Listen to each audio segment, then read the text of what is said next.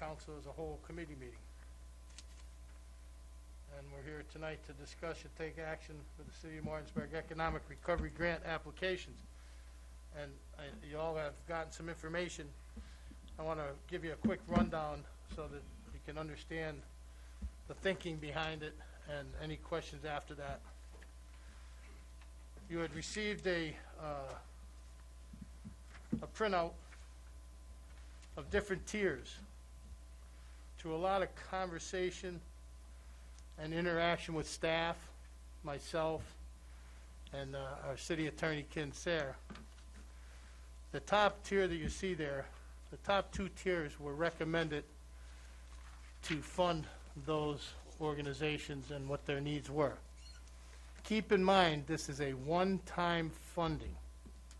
There will not be any yearly allocations after this. This is a one-time funding. The middle one below that, where it starts with where Westwood Charm and all that, that was decided not to be doing any funding at this time. Now, you'll see down in the bottom where it says submitted but not evaluated through this process. It was a decision by myself and staff to be able to have a conversation here tonight about Parks and Rec, because we didn't have Ken available at the time, and Ken has been our representative on Parks and Rec, and we wanted to hear what he had to say with any recommendations for whatever he might have. So I believe that gives you the rundown of our thought process, and I think what we need here tonight is for you all to understand that although this, if you approve this here tonight, there will be standards put in place. We're not just cutting a check and giving it. Each individual organization will have a different type of contract or an agreement that will be put together with staff and attorney Ken Sayre. So, anybody have any questions to get started here? Let's talk about the top tier first, starting with Berkeley Arts and down to the Apollo Theater. And I'm sorry, but Shane will be here any second. So we had to do an interview in the square, and he was just finishing up his interview. So he should be here any second. So if there's any questions that we need to direct to him, just wait till he comes in, okay? Yep, there will be. Anybody have any thoughts or concerns about that top set of funding? I have a question. So, as I think about funds going for COVID relief, I think of it in terms of humans suffering. And when I see expenditure proposals like Martinsburg Little League, $250,000 for a synthetic baseball field, I think, isn't the grass lovely? Could we put in that place? I mean, I love the Oatsdale Park, but could we, for example, consider something in Tier 3, like the Martinsburg Initiative or Horizon Goodwill, to go in its place? Mayor, point of clarification, please. Sure. These are not COVID funds that we received. Correct. These are our funds. We've used the COVID funding, and this is funding that we have that we are using that are now being used. They're our funds.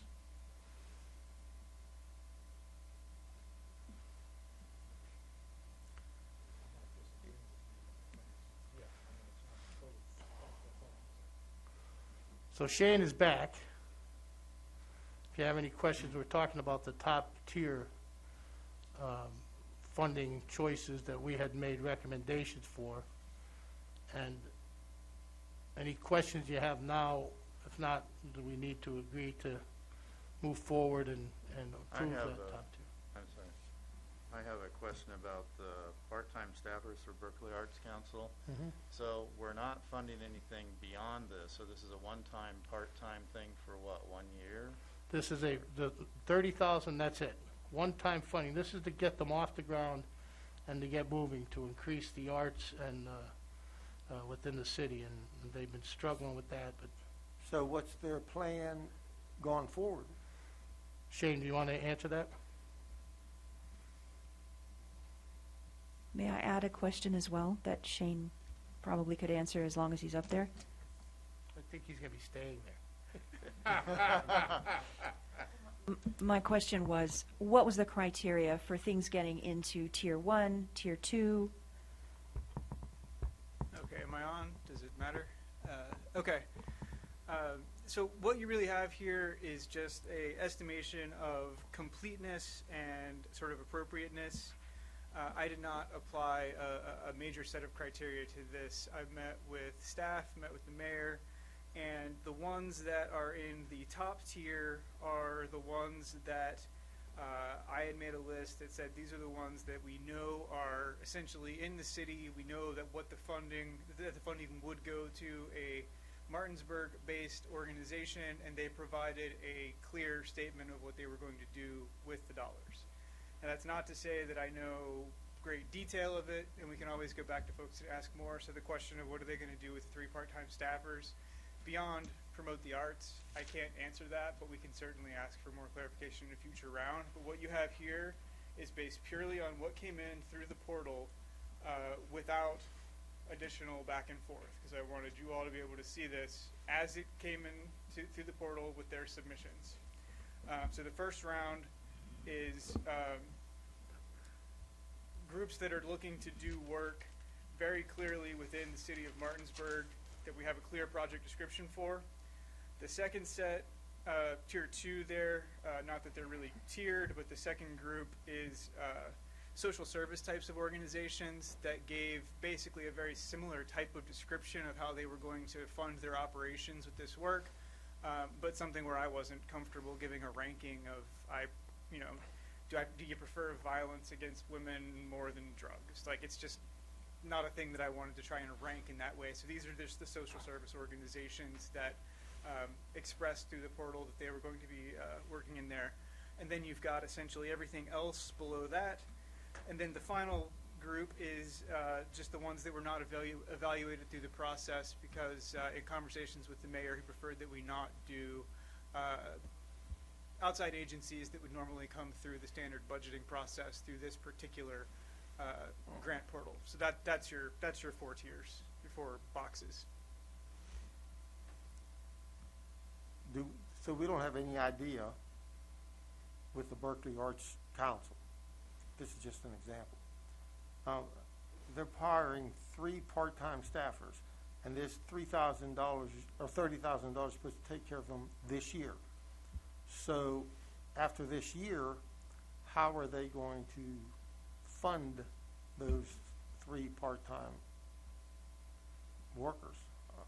I don't have an answer for that. I'd be happy to go back to them with that exact question, and that's a question that I've highlighted in all of these where someone has been looking for operating funding that didn't seem to have a recurring piece. But I wanted to give this to you as it was brought from the community to you as the decision makers, without going back and giving separate back and forth with everyone. So what you see is what they're asking for.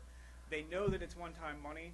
Some of them, including the one you mentioned there at the Arts Council, are clamoring to tell me more about what they would do, but I thought it was only fair that you all have the Understood. as submitted to consider. And I sort of agree with Kimberly. And I'm high on the Little League baseball program. I coached there from 73 to 80 in the senior league program, and $250,000 for an artificial surface baseball field. I don't. How's that going to help the city? Well, first of all, I'm going to just jump in for a second that, we're talking about our youths here, and through the conversations that we've had with the Little League and Dr. Queen, based on information from Bridgeport, which hosts an awful lot of baseball tournaments, this would increase the opportunity for more tournaments to be played here locally, not only to increase the tourism, but also increase the businesses that we would see in the downtown area. That was part of the reasoning why we had made that discussion. It's also cheaper, Dennis. The West Kansas AC there's a lot of studies that you could actually look at that the preferred field is artificial at this point because the long-term 20 years or 30 years of wear and tear on the field, by the time that the maintenance that you're putting into the field, now of course a lot of volunteers there, but obviously their volunteers are getting more limited and they're pushing back on parents. They've Understood. actually found that the artificial field is less expensive to operate than a grass field at this point. That was my next question about. Understood. Now, here's something else that entered my mind. And keep in mind, I am very high on the Martinsburg Little League Association. I'm high, well, I want to help them as much as I can. Okay, this field may be used for, let's say, March. I guess the local league operates maybe March through June, and then they start the All-Stars, And then If you- fall ball. and fall ball. So let's say 6 months. And it's just for the little leaguers. I'd say 9. Do other residents get to use that field also? I'm not trying to be an expert on the Yeah, I Little League know. thing. I do not believe so, but my only experience with that is my son. See, I have a little bit of trouble justifying. I understand your reasoning, totally, and I'm not completely against this, but other residents of the city aren't necessarily getting to use the field. Yeah, but on the same token, this council gave money to Martinsburg High School, and you all know how I feel about Martinsburg High School and the football program, with the purpose that field was going to be more of a community field. And at this point, that field is actually shut off. It was shut off before COVID because of the extra wear and tear. They let some youth sports and lacrosse and stuff on it, but there is precedent that they've done it with limited ability. The other thing I would say is Martinsburg Little League, the other ability that you would have is Martinsburg High School could use that field for practicing if the weather didn't permit. And I would tell you that Martinsburg Little League, because if they wouldn't want to tear the field up, obviously as a baseball coach where you were, they could actually go out there in weather that's not able to be on the field because you would damage your field but it's not raining. But we're talking about Little League field, we're not talking about high school field. It's a big difference there. There is a big difference, but they could get their practice in. They wouldn't get their game on the field, but they could get their practice in on an actual field. And I would think Martinsburg Little League would be more than gracious to allow the high school to come over there. But I mean, you couldn't I think even it would get more. I think you'd get more use than you think it is, right? Because baseball at this point is almost 9 months season. with fall ball, yeah. Yeah, it's not like when we were growing up, Dennis. 3 months and you're out. Well, what bothers me a lot too is with the All-Stars, and this has always bothered me, only those 13 or 14 kids get to play the entire summer. All the other kids involved in the program, they only play March, April, May, and then they're done. The kids that are all-stars, that are good, they get to continue playing, getting better. The kids that are marginal players, they don't get to improve. They've done some things to fix that also. They have more, if there's desire in the Little League, they've had multiple all-star teams coming from Martinsburg. I know, They don't necessarily compete, I'm gonna say the A group. I know. They got the orange, And then they got Martinsburg B group orange and C orange group and that back, compete, so that there's more kids playing. but they don't have the, quote, coaches. There's coaching issues. Yeah. I know, I remember, You were a I've been baseball there, coach. You know more I've about done baseball that, than I I do. know. Let's, Councilman Roman? I don't want to get too hung up on the All-Star program as a former All-Star myself. Ooh, ooh. I'm not Let's throw too that much one of in there. Too much of a hater on it. But I think that the $250,000 investment will go very far. Like Jason had said, the fact of having a turf field, you're not going to have to pay for upkeep for the future years that we're going to do either way. Second off, sports tourism is a huge, huge category that we have not tapped to in at all. And I think that just starting with baseball, future parks, if we decide to do that, maybe we could have other synthetic fields to where we could bring in other sports, and our local businesses and our local hotels will get that money, which in return will come back to us to spend in other ways. So I think that that's huge. But my question for Shane is Category 3. It seems like those are a lot of like for-profit businesses, other than a couple of the other ones, like the Martinsburg Initiative and such. Would it be possible for us to have maybe like, if we're going to do $250,000 on a baseball field, could we have a bucket of maybe $100,000 to try and do like a small business grant program? Yeah, so let me just clarify again. I didn't really rank these, right? Like, what I did is I took what came in here and met with the mayor in a way that we thought we could get you something in an agenda format that would make for the most productive conversation. And I think you're right that some of those ones in the third bucket were ones that were not negative in any sense that we just didn't like them. They were things that may not have been the most appropriate for this kind of a grant for some reason. And I think I think there may be something to what you're saying there of considering perhaps something like a small business programmatic fund that could come out of this for something else. You see there's a few there that are things like interior build-outs for spaces, whether it's for existing businesses. There was nothing wrong with those applications. It was just, how do you start picking of, do you give grants to a tenant in a space versus an owner of a space versus this space versus that space?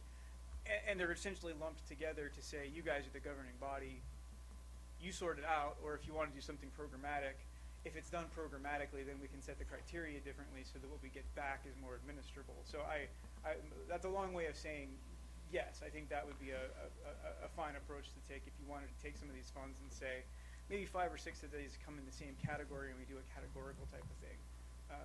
That I would feel more comfortable administering than something where we're sort of picking and choosing among, but whatever you choose to do, I think we can make that work, yes. No, Yeah. I think that makes sense, because just my last point here, I didn't think that it'd be quite fair to even, just looking at the third box here, to even divvy out those funds that way, because of how literally unfair it would be in size of money that they would be receiving. So if we could do something uniform to where, small businesses could get a grant through us, whether it's either just a couple $1,000s that we could give to small businesses, I think that would be a lot for people right now. Yeah, and keep in mind that when we did the top 2 tiers, it doesn't take the whole bucket of money that we have put aside. This was our first go-around, and by looking at what we had here, these were the we thought were the best to move forward, to move the city in the direction that we were heading. We put in a huge investment into Martin Street and how that looks, and made perfect sense for the Apollo Theater, made perfect sense for what Main Street's doing and the Roundhouse. So we really thought the process through as far as being able to keep buckets of money back so that we might be possibly able to do something like that down the road. But we're sitting on this money. We put this out there. We wanted to move forward so that we can get, in some of these cases, some of these things need to go out to bid, and they want to get this process going so that we can move things forward a little bit. So we have currently, there's 2 items that of discussion here on that top tier. One was the Berkeley Arts Council, and the other was the Martinsburg Little League. Were there any other items on there that was a problem? I want to say I appreciate the conversation when we talked about the offset of that cost, $250,000, with the long-term lowering of costs for the upkeep of it, plus the sports tourism that it would bring. Both you and Corey had suggested. So I feel much better about that particular line item there. So I guess for, yes, I'm sorry. Yeah. I had a couple of questions. One was a general question. There's nothing in these that is in the nature of matching funds for another grant or anything, where someone is saying, give us this and we'll be able to raise this? Nothing in the sense of Nothing a capital explicit. match for fundraising purposes. There is one item from the Roundhouse that is a match for a grant that they've received federally, and they're That's part of this? Yeah. And on the Roundhouse, it said something about bathrooms. I thought the bathrooms were done. Did they never finish that project? I believe what you've got here is mostly elevator and HVAC. If there's something to the bathrooms, I think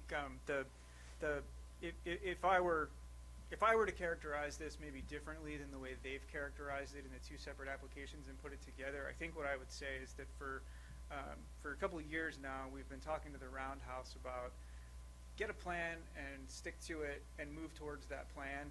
And, you know, without passing judgment on their plan, their plan is to go forward with that one large space being a truly rentable, functional space. And what we're seeing here is multiple applications for them. For all of the remaining pieces, they feel they need to make that space rentable. So I guess the advantage of this and the reason that I think we've spoken favorably to this is it's no longer a fence over here and an elevator over there and a study for the bout back. It's everything you're seeing here is focused on making the same space rentable. And if that's something that this body feels is an approach to support with them, both of their requests are pushing in the same direction toward that same model of making that space a top quality space where you're not talking about, you know, people in high heels having to walk on gravel or go into a porta-john or that kind of thing. Okay, appreciate that. Yeah. Thank you. Shane, I'm a little confused. I thought that they had already gotten the grant. Didn't we already give them $74,000 and the county council gave them $74,000? No, that was The- the county had given them give them 74,000 contingent on us giving them 74,000. So this is But I the thought we first already time did. that we're having it for this portion. So did they? Did they already apply for this? They already applied for and Well, how can they do received- that if they don't have the money to match it?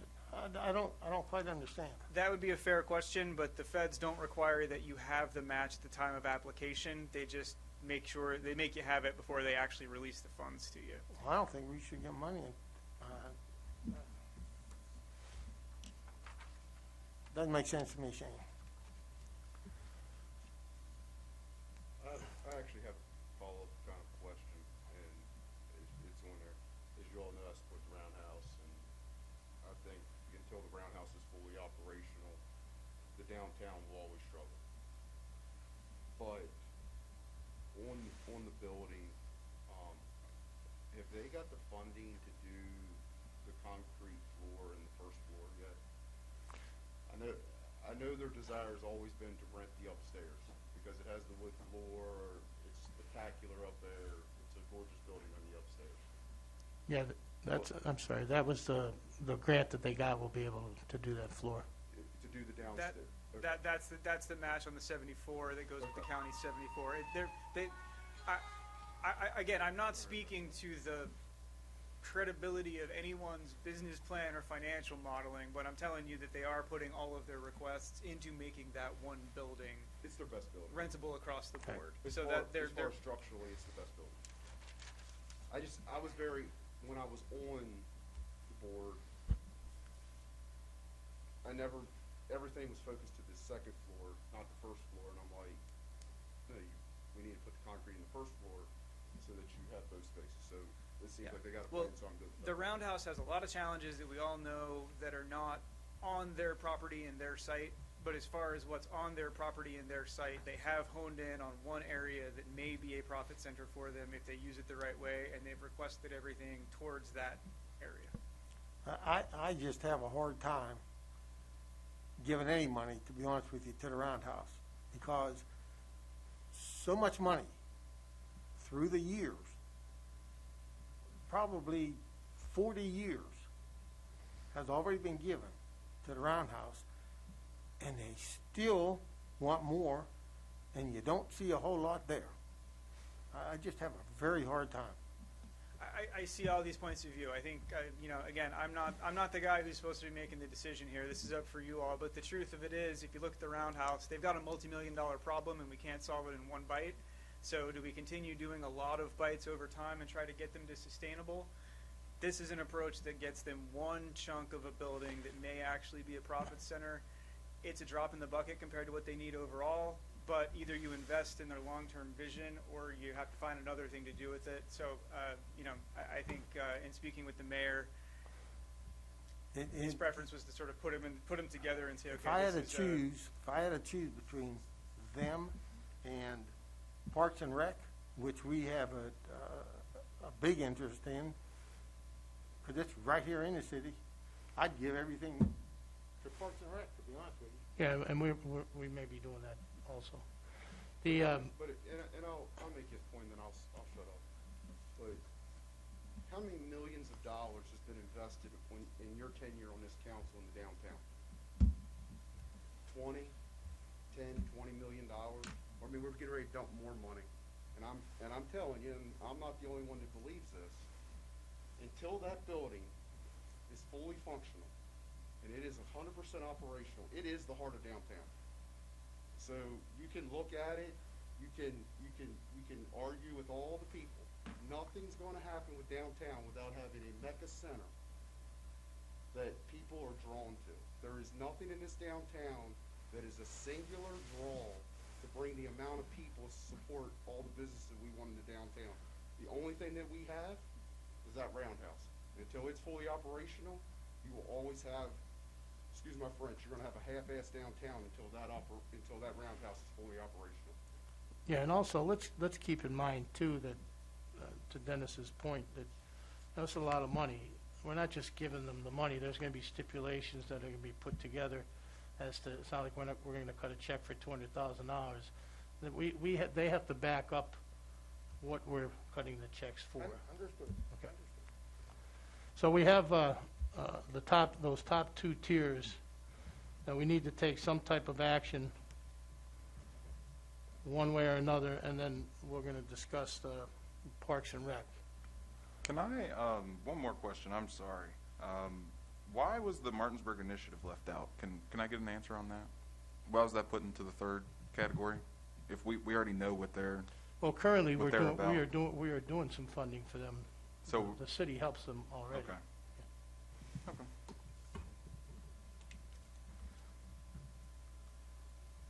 Any more questions on the top two tiers in the funding? Can I ask something? Sure. Okay. Because I'm in agreement with Corey. I mean, they want, what, 12,000 for 3 part-time staffers? I mean, we're giving all this other money, what's $12,000 for them? I'm in full, I'm backing the Martinsburg Initiative fully. I think it's a good program. Why can't we throw that in there also? We can. Well, let's do that. Does anybody disagree with that? Okay, so we'll move that To the second block and to then the second block. with the same stipulation that it's a one-time expenditure. Yep. All of this is one-time expenditure. So do we now have an action that we can take towards these two top tiers? In what form is the action? I would need I believe, a motion to move forward. Consensus. Consensus to move forward, to approve this. So, I agree, yeah. Jason? I'm not gonna stand in the way, and I'm okay with it. My biggest issue that I have with all this is COVID money. And It's not. it's through these issues didn't come because of it, and they're not solving it because of it. We're just looking at free money and throwing it around at things that we think are good. I'm going to let Ken talk a little bit about the, Your Honor, I think that there's sort of maybe a misconception of how this money is. Now, the city did receive ARPA money, the COVID relief money.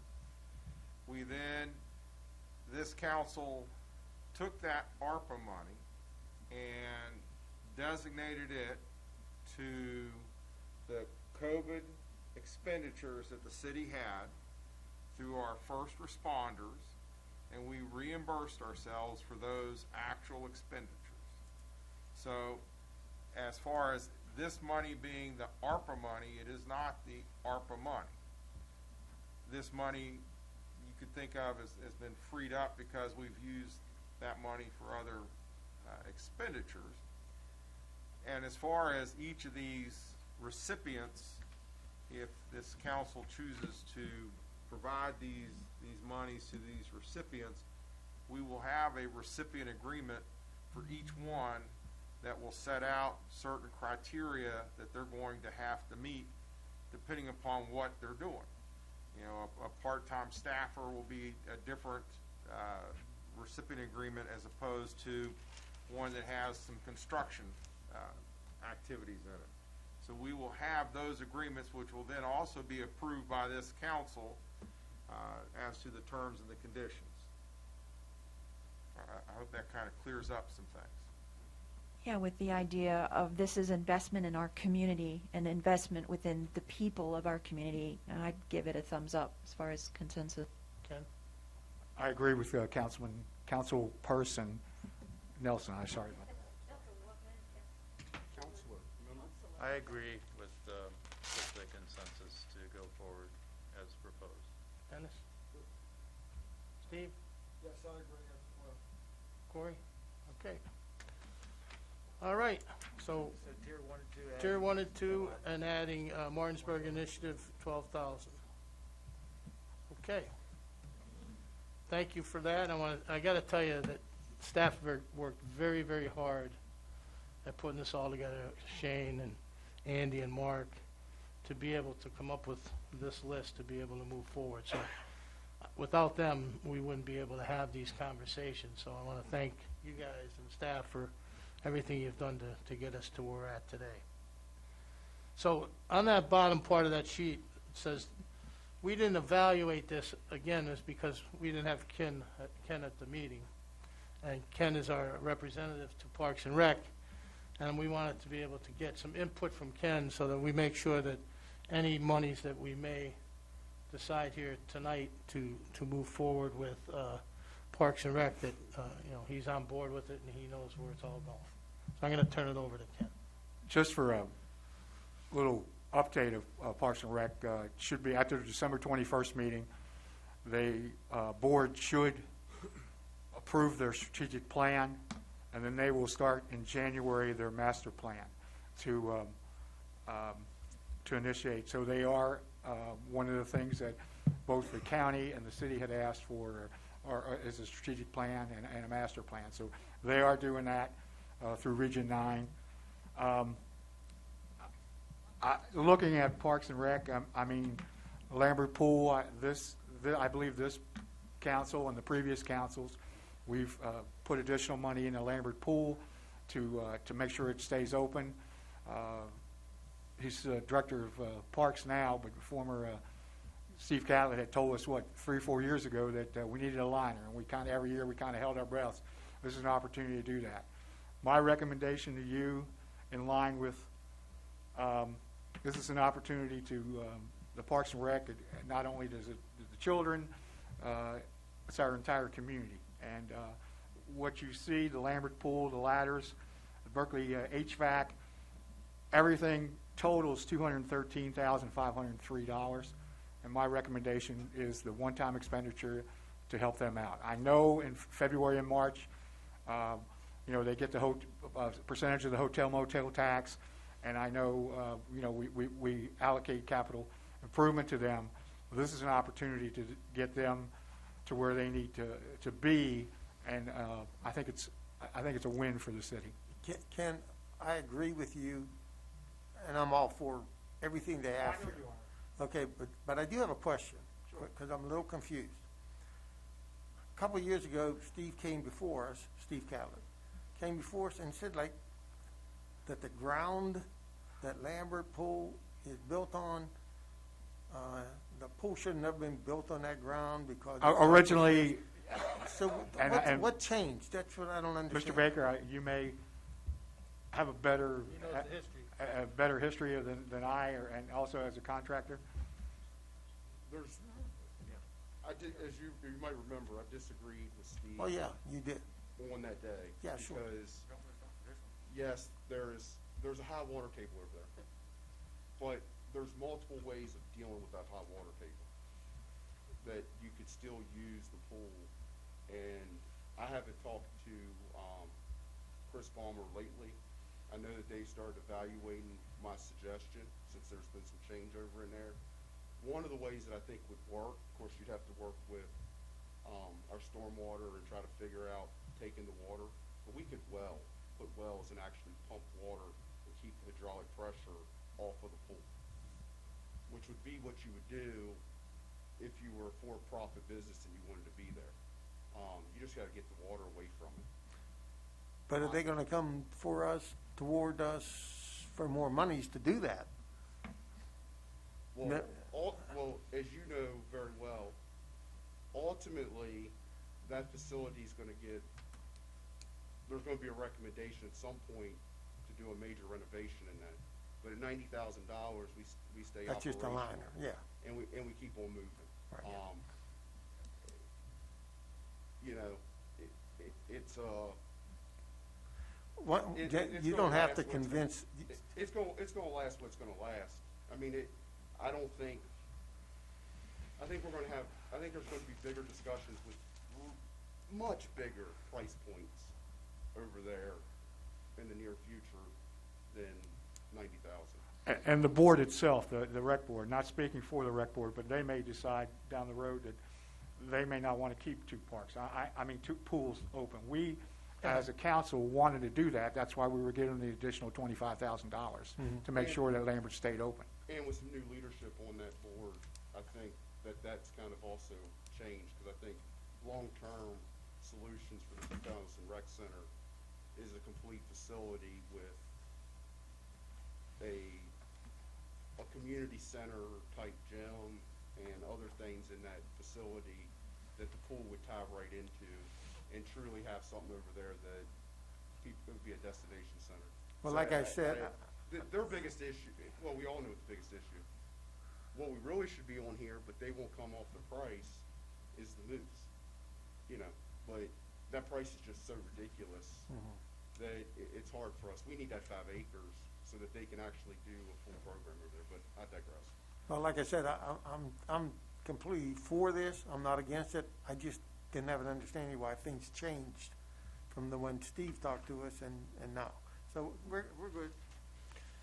Anybody have any other questions about Parks and Rec that, why we would or would not fund what is being recommended?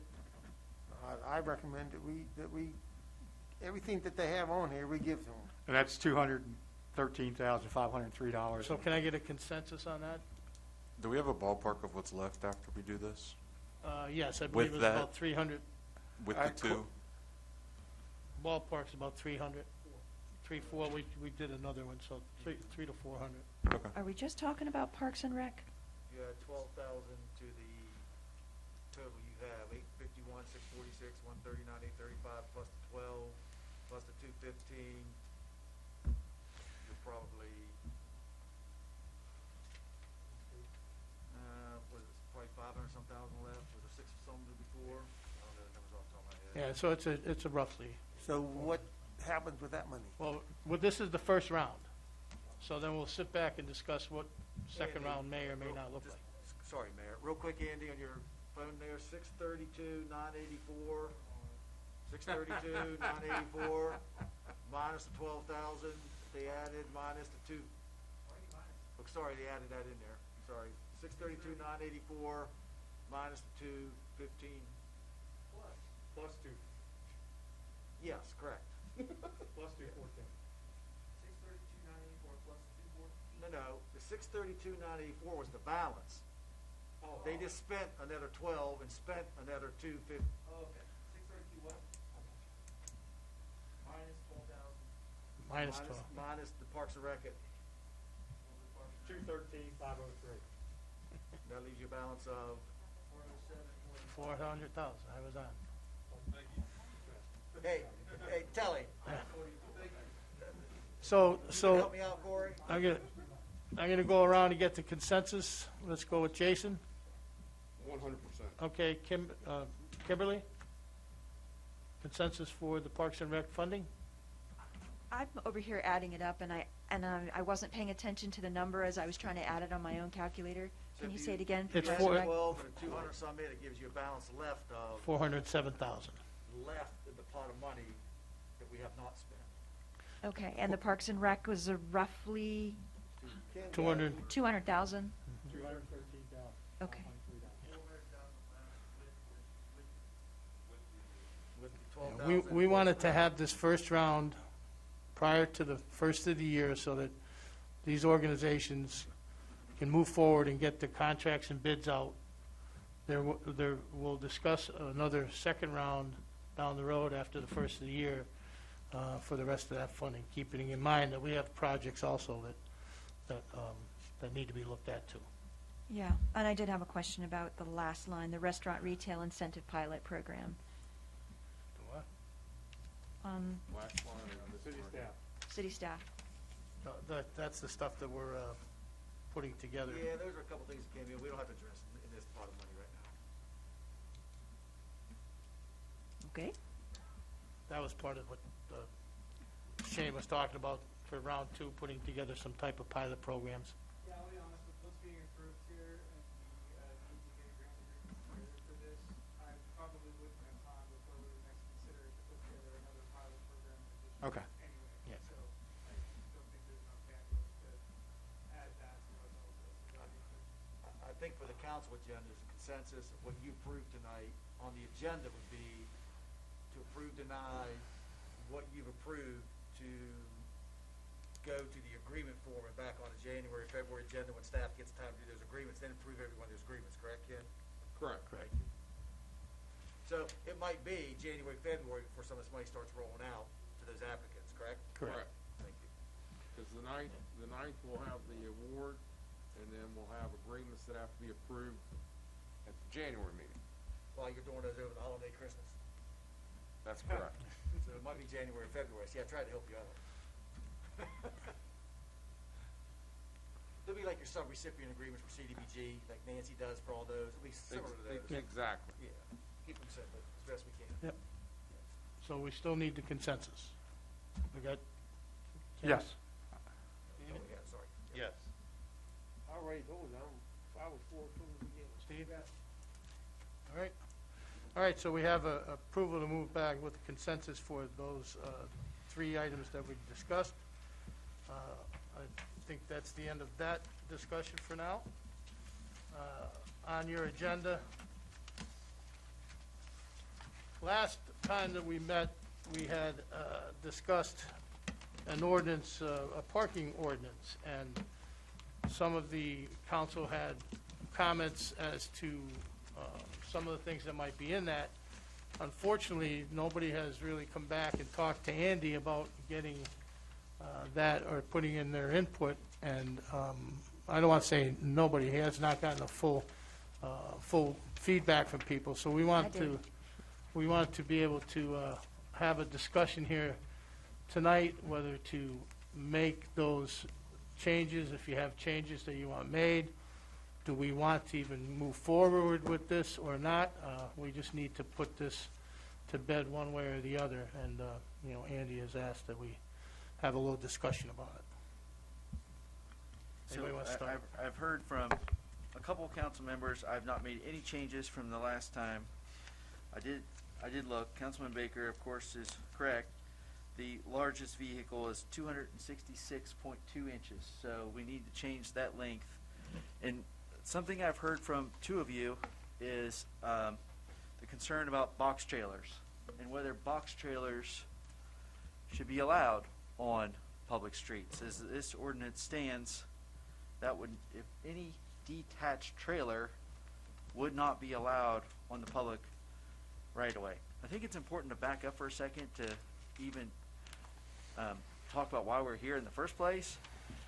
This ordinance is a result of a couple of constituents of a council member who asked the council to consider this actually during the zoning rewrite. This was punted during the zoning rewrite. This ordinance right here only affects what can be parked on public right-of-ways. Anything that's parked on private property is dealt with by your zoning ordinance. Your new zoning ordinance does not allow you to park on any other area other than an approved surface. So you can't park in your yard, and you can't park in your front yard. You can only park on an approved driveway.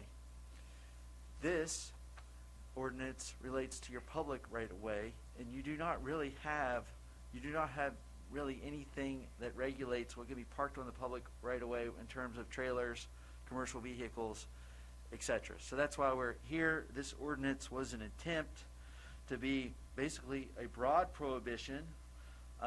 In any discussion that you want to add is why we're here tonight, or just to not have the ordinance at all. That's also a decision to have. But there's lots of unattached trailers, boats, etc. that's just parked on the streets, and they're on there because right now you don't have an ordinance that says they can't be.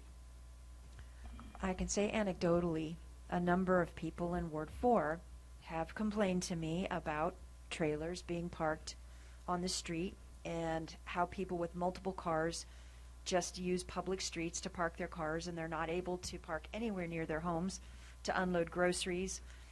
And I know of a number of trailers that have been parked in the same location for years, simply taking up space. And so I was very glad to see this. I've had a number of people complaining about commercial vehicles taking up spaces. Of course, a commercial vehicle comes from a business, a commercial business, where the vehicle once was before that person was hired, and now that person is coming home, parking their commercial vehicle and their personal vehicle on the city streets. I've asked Jeff Wilkerson, the head of Public Works, that if he would please paint little hash marks on the streets so that it was a suggestion of how big a parking spot is and makes more parking for people. That was a request from a number of constituents from Ward 4. So those were my opening thoughts. This does not prohibit all commercial vehicles. It prohibits commercial vehicles of a certain size. So, for example, if you have a Comcast van, if you have an HVAC van, a plumber's truck, et cetera, you could still do that. You just could not, park Traxel trucks or, trucks over a certain gross weight of 10,000 or more. So it limits the number of commercial vehicles. It doesn't ban all of them. I just want to make that clear. Andy? E5, it says park your left standing as allowed by a permit issued by the city pursuant to established procedures. Can you or somebody give me a rundown of what that procedure is to get a permit? E5.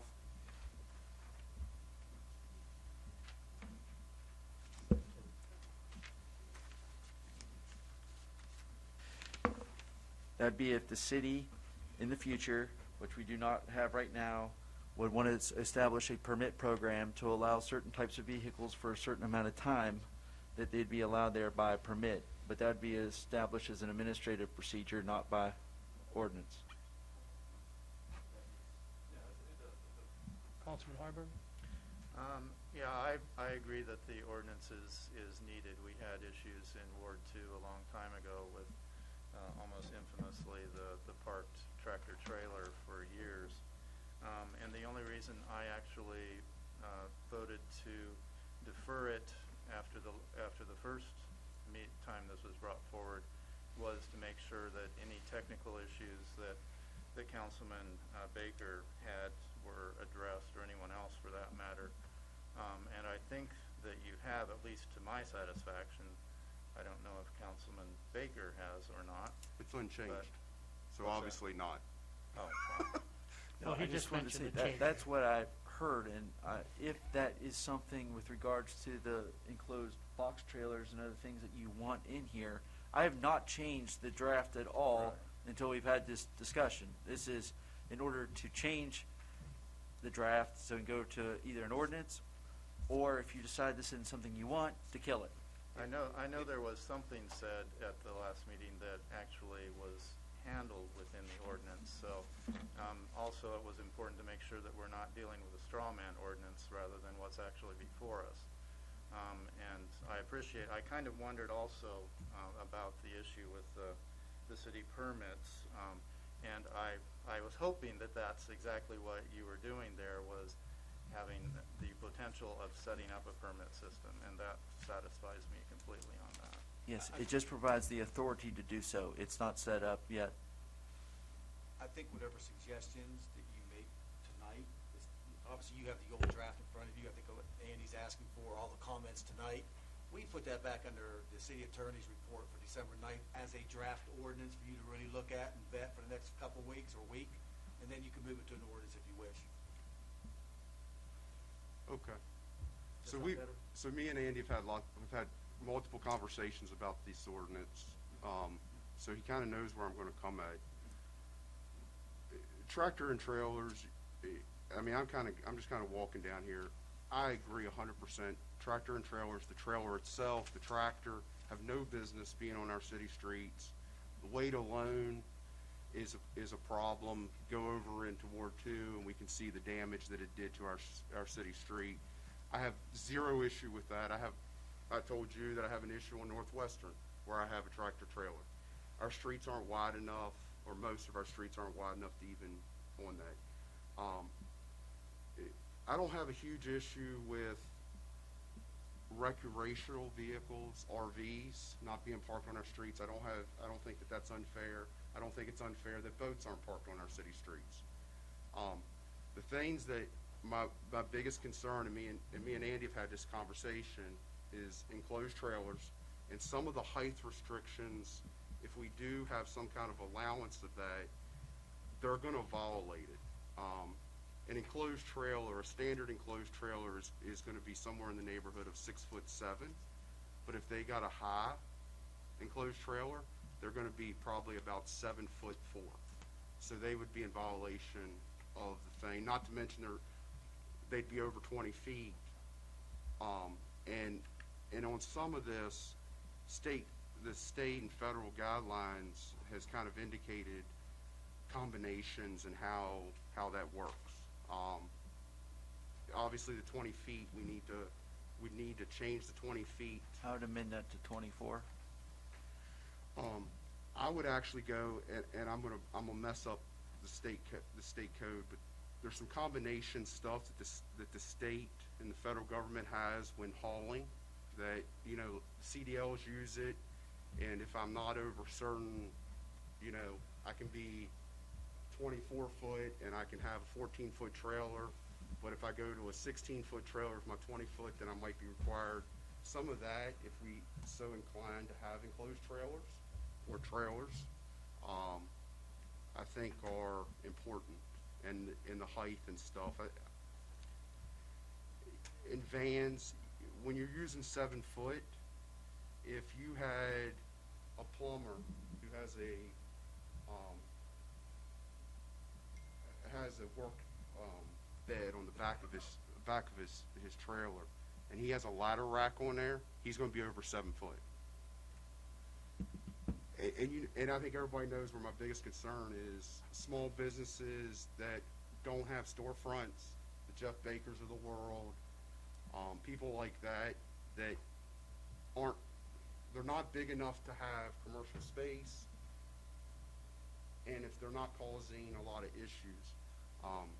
The other thing that I suggest, and we talked about the permits, is if there was a easy process for the permitting of enclosed trailers, and I think you told me that our new digital ticketing, they could actually scan all that kind of stuff. Even if it was a $5 permit to put a sticker, hey, I got an enclosed trailer, I live at, you know, wherever, I put put my sticker on, it's $5. Even if we wanna make it 5 years long, so they don't have to do it every year. I don't have an issue with that, so that we know where these trailers are supposed to be, and that we don't have somebody in a neighborhood that's just, oh, I need more storage, so I put another storage space. But it's very important to me that we are allowing small businesses to have some needed tools that they might need, and I'm not literally talking about hammers. You know, the Jeff Baker of the world needs his enclosed trailer. So question about that. So a small business, would that be a business based in Martinsburg? Because what if it's a small business in Maryland and the people that work for that business are bringing home their big vans, trailers, parking it in Martinsburg rather than driving their personal car to Maryland, getting their van and doing their rounds? And then they end up blocking parking spaces for Martinsburg residents. So with a permitting process, could we ensure that the small business owner, like you're proposing, would be based in Martinsburg? Also, take into account some neighborhood density issues. So there are some neighborhoods that just have big, wide open spaces, and other neighborhoods and other streets, blocks, specifically Ward 4 again, downtown, where you kind of have to scrap for a spot near your home. I would just add as an administrative detail that the Martinsburg Police Department is the one that's eventually going to enforce this ordinance. And they're going to have pretty clear black and white. So it's going to be very hard to have a density requirement or a street that's a certain width can do this, or a street. That's why I like the permit. They're not going to. If, can't like enforce Jason that. said, if you have a permit, Full and, sticker, like and, a look- fence sticker. and before we can give the permit, and I don't know if we can do this or not, Andy, but can we put a stipulation that the business is licensed in the city of Martinsburg before they get a permit? I think that could create a problem, Okay, I don't know. because not all businesses are required to have a city license. And to say that I work for a business in Hagerstown, but I bring my van home, then I can't have it, or I have a business in, you know, as opposed to a business located in Martinsburg, or does business in Martin. I think that would create us a problem. Well, I think the vans are over with. Well, because or a trailer. Yeah, you the know. trailers thing, and I'm sure you can find an example somewhere in the city that but I can't imagine that there is that many companies that they're pulling the trailer back into Martinsburg. Like that just doesn't make, that doesn't make any sense. Maybe once a day, maybe once a week. A vehicle I can understand, a van, but I don't see how we could ever eliminate a van. Just And a van, because of the width. and a van is not illegal under this ordinance. So, I mean, so that's gonna be a mute issue. I think the issue is the detached or attached trailer, correct? At this point, yes, that's what I'm hearing. And I also think, Of a certain width, of a certain length. I thought trailers, period. There are people who put detached trailers in front of their homes because they don't want anybody to have the opportunity to park there. Well, I think you're talking detached trailer, like a tractor trailer type thing. So, I mean, I think to Andy's point, he's looking at length and height as to what we would be looking at. What I'm talking about is, and this is in the weeds, you're just talking about box trailers, or are we talking about flatbed trailers? I mean, there's a whole bunch of different trailers here.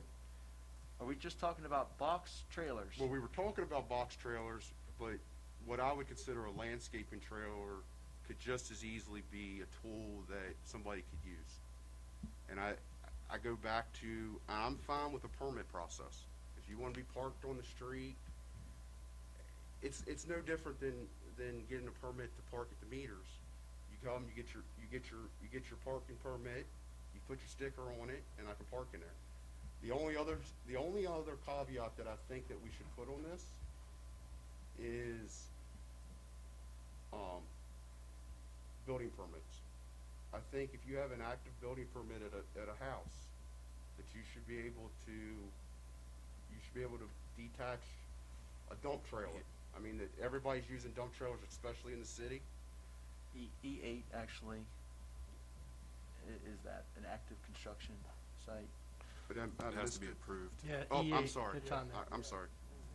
I want to agree with what Jason had said about the permit process as well, because my original quarrel with this was there's a lot of different housing in this city. Like the house I lived in before the apartment I live in now, I had plenty of parking space to where I feel as though I could have had a trailer that was as long as I wanted, and it would not have affected anybody else's, driving down the street, or why would they park in front of only my house? I mean, some parts of the city, this is kind of not needed for, because, I mean, like I just said, I could have parked whatever on my street and it wouldn't have affected anybody else. So if we had a permit process to where, I'm not sure if that would be the BZA that would, look at that, or how we would go about it. But if it's not a problem, I don't see why you couldn't have something that's over the limit. The permit process would ultimately be administered by the parking division, the parking department. But we need to work on the criteria for a permit. I mean, so anyway, I hear you. I'll try to come up with something to put your thoughts, and we'll come back to the next meeting. A The permit next- process The next phase. for some types of detached trailers. If you're looking at me for some guidelines on that, I would tell you that any trailer less than 16 feet, a standard 16-foot trailer, should be able to be permitted. After 16, you're really starting to get into some heavy commercial trailers. And I would highly recommend heights of 8 foot, because some of that stuff's getting more and more standard, because the trailers are making it so that a guy like me can walk in and stand up is what they're doing. So a lot of those are starting to become like 7.4 to 7.8. So any trailer over 16 feet and over 8 foot in height would be prohibited. But if you have a detached or attached trailer that's 16 feet and 8 foot height, could be permitted, correct? Or less. So is that going to allow boat trailers? I'm sorry. So is that going to allow boat trailers? We weren't really talking about boat trailers. I think that can be, and correct me if I'm wrong, you thought we could pull recreational vehicles away from this. For the heart of what I'm arguing, I'm not arguing for boats. Yeah. I thought Andy told me that he thought he could very easily. That's taken care of in another I section? think that's what he told me. Okay, all right. One of the things I like about this is the timing that you have on it. Parking of motorhomes, trailer coaches, recreational vehicles, truck campers. This is 9 at the bottom of the second page. Or boat trailers designed for personal use for less than 72 hours. That gives people a chance to come in, park, do their thing, clean out their camper, and then go park it on a lot or put it on an improved pad, not just park it permanently on the street. No, I would argue the other way on that. I actually would like to eliminate that line completely, and just, if we're gonna ban it, ban it. They should never be parked. An RV has no purpose to be parked on our city street at any point in time. So Jason, I agree with you, except if someone had a an RV, and they went on a trip, and they came home, and they need time to unload their stuff, maybe clean the inside, I think we should give them time to do that before they take it to a designated area. Okay, so here's where my problem with that rule is. I'll be very clear. Uh-huh. Your neighbor comes home, and he has 72 hours to move that trailer, okay? Or his camper, his RV. Okay, so I go to Sheetz, and I get a fill up. I've moved. I even take a picture when I'm at Sheetz. I come back to your yard, right in front of your house. I got 3 more days to park there, and then in 3 more days, I get to go to Walmart, and then I get 3 more days. And then I get to go to Lowe's, 3 days. Okay, yeah, I got you. That's why I think it should be an outright ban. In the decent neighborhood, in the decent people who are gonna come home, you're never gonna call and complain about that are there for a day, 2 days. But in the neighborhood that might be in Boyd, it might be a problem day one. Yeah. I mean, by your house, it could be a huge issue minute one, but at your house, it might not be. At my house, it might not be a big deal, so no one's gonna complain. But if it's a problem, it's a problem. And I think it makes it more black and white for the police department. They go by, they see it there for 2 or 3 days. Man, this is a mess. They don't have to worry about putting chalk in the tire, which I don't think they're allowed to do anymore, or any of that kind of stuff. And No, but that's they can my look. opinion. But they can look at their valve stem. But that's why I would think that you just would want to outright ban it completely, so that you can't have that gameplay. That makes it a lot easier. Yep. It really does. As long as I can park my RV in my driveway, then I'm okay with it. Mayor, I think that's part 2, but that's for a later day. But that's my opinion. I think it just makes it easier. I agree. So put those in and sweeten it up a little bit, and again, if you all have anything that you want to add that you think about when you leave here, don't hesitate to give him a call sooner rather than later, so that when he's preparing this, we have this all set up. I appreciate the input. One last thing before we go, I just wanted to, Can I add one more thing? I'm sorry, Mayor. I just thought about it. It's about the thing. So I'm good with the 72-hour, striking that for the vehicles that we're going to ban. But I would actually like to have a 72-hour on the trailers that we are permitting, so that they are moving and not just necessarily being stored on our city streets. Thank you. I like that too. they can come back every day, though. They could come back every day, except, I think the only exception to that rule should be an active construction site. Right. Because it wouldn't be reasonable for a trash trailer, it might be there a week. An active construction site should be able to have a trailer maybe more than 70. So Jason, like with Jeff Baker, okay? He only moves his trailer, I believe, when he goes on weekends. He would be one that, he might have to, but let's be honest, is anybody gonna complain over there? That'd be the I permit. doubt it very much. But he would have a permit, but if we put a 72, Yeah, if you put Eagle with 72. then we wanna put 7 days? You gotta maybe define what trailers you're talking about. Well, the trailers we're permitting, 16 foot and less. Because the other ones, I think 7 days meets your goal, that you just don't have a trailer that's dry rotting on the Right. Yes. street. Exactly, yeah. Yeah, Storage, sitting there. yeah. At least it's moving. There are a You couple. can go around the block once or twice. But you know what I mean, Jason. Absolutely. Yeah. Yeah, I'm fine with that. Yeah. I actually like this ordinance. It might not sound like it because we have a lot of issues, but I just want to protect the small businesses that's their livelihood. It was written to disallow everything, funnel back into what you want. All right, we'll get everything to Andy. Andy, appreciate your hard work on this. One last thing, that this is just an announcement from my office, is I'm implementing from my office the first inaugural Mayor Holiday Decoration Contest.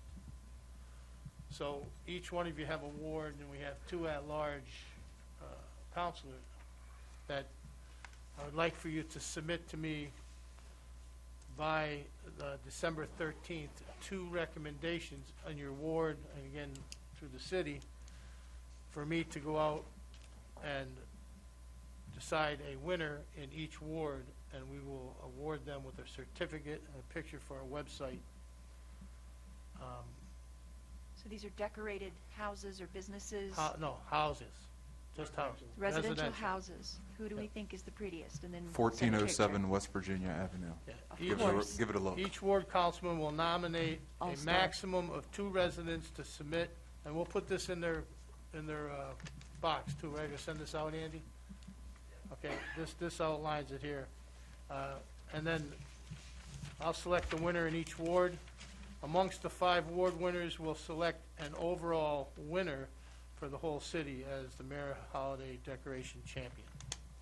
Will this We had done some of this stuff with the Ward 2 Neighborhood Association, and I'd like to see it done now throughout the city. December 13th, I want them in by, we're gonna decide, I'm gonna review them the 13th to the 15th, so let's have them in here by, what day is the 12th? Let's say the 12th.